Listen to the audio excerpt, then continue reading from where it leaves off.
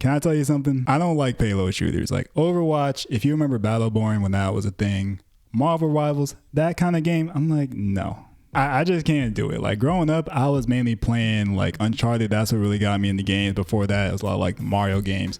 Used to get whooped in Mario Baseball. I mean, it was bad. I don't think I ever beat my sister at that game. I gotta buy a GameCube and correct that actually. But yeah, it was like a lot of that. Wii Sports Resort was fire. You may not want to hear this, but it was better than the original.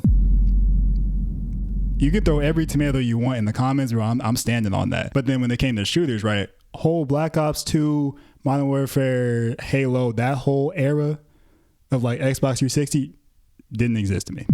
Had no clue. I had the Xbox 360 that had like 4 gigs of storage, so I wasn't gonna play the games anyway. That machine was a Skate 3 and Skate 2 machine to me. But I get a PS4, Destiny 1 comes out, like, okay, I like this. So I started playing Destiny 1, play a little bit of the PvP, Crucible, you know, and then fast forward, I was playing like 2K and some other stuff. Apex Legends comes out of nowhere. They didn't advertise until the day it came out.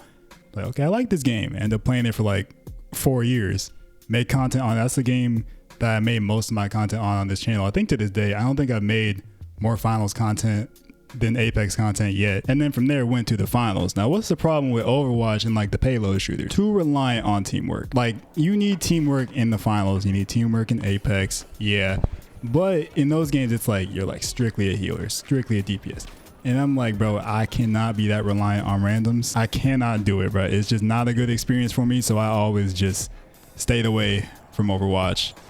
Marvel Rivals, I mean, I played it one time with my friend. I have not touched it since. Even when Overwatch 2 came out, I mean, I played it in a 5-stack, which was a miracle. I was in a 5-stack in the first place, and I was still like, no, ain't doing it. But yeah, the finals drops, you know, first season is mainly the cash out mode. Season 2 comes around, they talking about Powershift. I see the payload. I'm like, do I like where this is going? I don't know, but let me at least try it. I try it. I'm like, you know what? This is actually fun. I like this. Why? I mean, there's reasons for that. Also things I don't like about it, but we're gonna get into that. Also why it's slept on. But before we do any of that, Powershift, quick summary of what it is. It's a payload mode. So you got a platform, 2 teams of 5 are trying to get on it so that they can move it to their base, right? Now, instead of like hovering across the ground, like in other games, it actually moves like vertically, and it'll just, with the destruction in the game, move through buildings and just tear them down. So it's a lot of verticality, a lot of destruction that comes with the platform itself. When people jump on it or there's like an explosion on it, it'll like kind of topple like that. And to stay on brand, if you were to look under the platform, it's a bunch of coins swirling around. Because the finals, it's all about virtually and destructively getting money. So, you know, it all fits in that theme. But I think this is a really important mode for the finals because, I mean, I said it in the last video, there's 4 different cash out modes in this game. So having some variety outside of that is very important, but it still fits the game. Because like Terminal Attack, that was variety, but it didn't fit super well. And they also didn't bother to work on it. The damage was already done there. But Powershift generally liked as a quick play mode. So, you know, they put in some maps, they made improvements over time, this and that. And I think it's one of the most slept on modes, if not the most slept on mode in shooters in general. And it's easy to sleep on it because if you think of the finals, obviously you're going to think about the tournaments, the cash out mode. That's what it's built off of. So why do I like it? Why do I think it's slept on? 4 things specifically. First one, like I said, with Overwatch, super reliant on teammates with the different classes. In the finals, it's not really like that. It's not reliant on specific classes. You do have consistencies as far as mediums.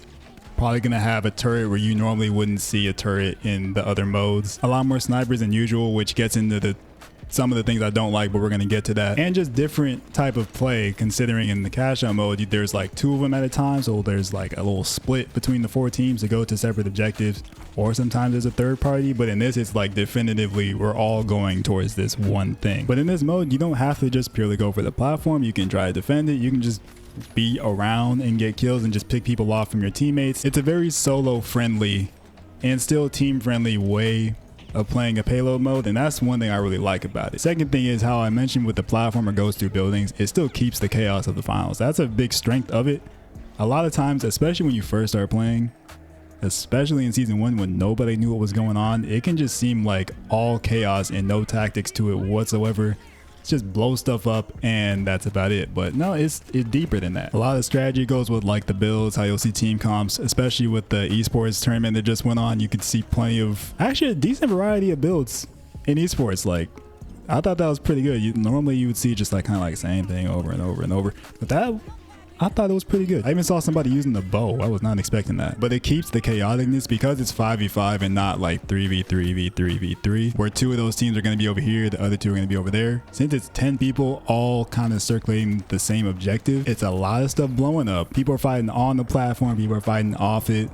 Buildings are falling down, the platform is tearing down buildings, but there is still method to it. You'll see heavies get on the platform. They'll put down their bubble. They'll put down barricades up on little walls of the platform. They'll put the healing ball down. Maybe you have a medium also with a heal beam that kind of hides and just keeps them up on health. Not that it's the deepest strategy in the world, but it is still more than just like, all right, we're going to blow up everything we can until we win. Third thing, it prompts the different loadouts because like turrets, you don't really see them. Something like a gateway, which is super common on a light in the other mode, in the cash out mode, I don't really see all too much of in Powershift since the objective is really moving around the map anyway. And also it's just a different pace than cash out. It's like it's slow and fast at the same time because the platform, it doesn't move all that fast. But the individual fights, if you want to play longer range, they can be a little slower, or you can get up close and they can be faster paced. So it's just different as it would be as it's just 5v5 and not the 4 teams of 3. Now something I don't like about it, the fact that there isn't like a banning system. People lost their minds and said I would like the idea of a ranked power shift, which it was funny because I definitely said that in the season wish list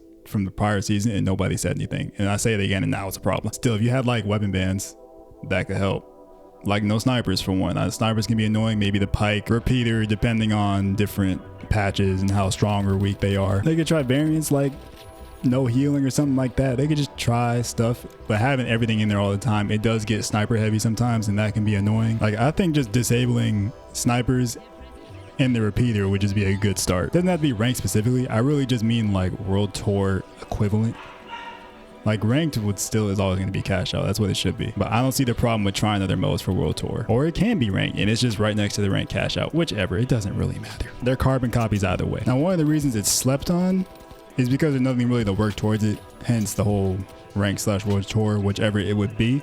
Because when you play it, it's like there are quick play ranks, I guess. It's like 3 tiers and it's not really anything desirable unless you like the jacket, and fair enough. But besides that, it's nothing really that desirable that most people aren't going to go for. So it's pretty understandable that if someone doesn't like the tournament modes, then they're probably just not going to play the game all that much anyway, so they don't really think about trying Powershift, or I mean TDM is there, but that's more of a copy paste mode. Powershift is more so adapted to the finals and not just like TDM is more so take the mode and just put it in there. There's not much like finals-ness to it, especially back in season 1 when Powershift wasn't a thing, so it was only cash out. People didn't like that, and generally speaking, people don't like new things. The cash out mode isn't arena and it's also not battle royale. It's in between. It was new things. People don't like new things. So of course a lot of people wrote it off in the beginning. So then by the time Powershift came out, they were already like, you know, out of sight, out of mind, especially since it wasn't like super high up on the Steam charts. A lot of people just forgot about the game and didn't ever try it again. Didn't try Powershift at all. Maybe until recently when like Moist Critical and somebody else. One other big streamer who I can't remember who it was, they got on the finals and like kind of got some publicity for that. But yeah, a lot of people had already wrote it off. I mean, if you're someone that did write the game off until recently, or maybe you just seen this video just cause, like what made you stop playing? If you never tried it in the first place, like why haven't you tried it? Maybe you're an Overwatch player seeing this. One thing I've noticed, I don't know if this is like a real stat, but at least from people I've talked to, a lot of people that don't like the finals really like Overwatch or that style of game. I really don't like Overwatch in that style of game, but I really like the finals. So I don't know if that's a thing or if it's just been those people that I've talked to. Who knows? But yeah, if you haven't played in a while, you haven't played ever, I mean, why not try it? It's free. It's on the PCs, all the boxes and stations. If you actively play the game, let me know what you think of Powershift right now. If you just never touch it at all, if you forgot that it was even in the game, like I forgot Bankit was in the game up until that mode was in the game until season 6. I had no clue. I thought it got taken out at like 3. So hey, maybe that's the case for you. I don't know. But yeah, let me know in the comments. And there was another mode in this game that was all but forgotten, but did have a very big impact on the finals as a whole. Maybe not in the best way possible, but it did happen. That video is on the screen. You should watch it. Bye. I've been working on some new little drops in a sound like this for the man them there. Give me time, let me plan, let me land. Never took no deal, but I still made